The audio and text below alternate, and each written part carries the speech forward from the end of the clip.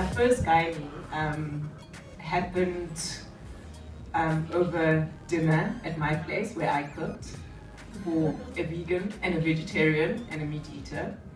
And we're just brainstorming because I'm very interested in public medicine. That's where my heart lies, you know, where there are a lot of people who can't afford private medicine but still need good doctors in the state. So that's where my heart lies, and it also lies in teaching and academics and so forth.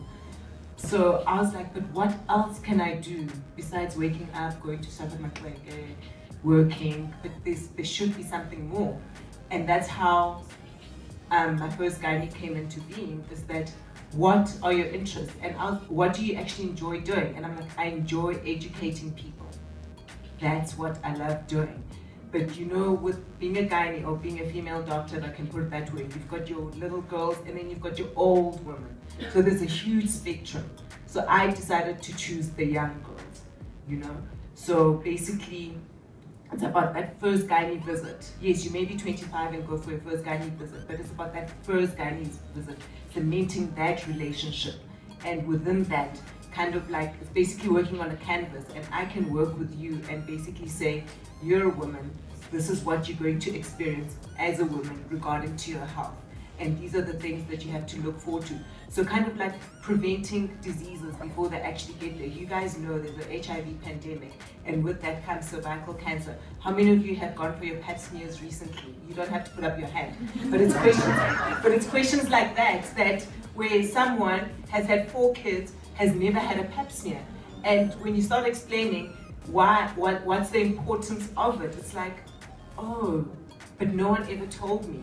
And I believe that if you know that from a young age, from a teenager, before your sexual debut, then you will be more cognizant of actually looking after yourself, and we can bring down the HIV rate, we can bring down the cervical cancer rate, amongst all things. You can get me going on and on and on and on and on. As you can see, I'm very passionate about this.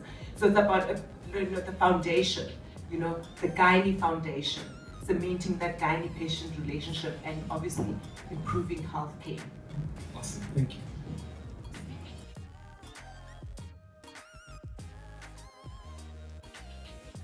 You know, the body is a very interesting entity, if I can put it that way. And the vagina is even more interesting.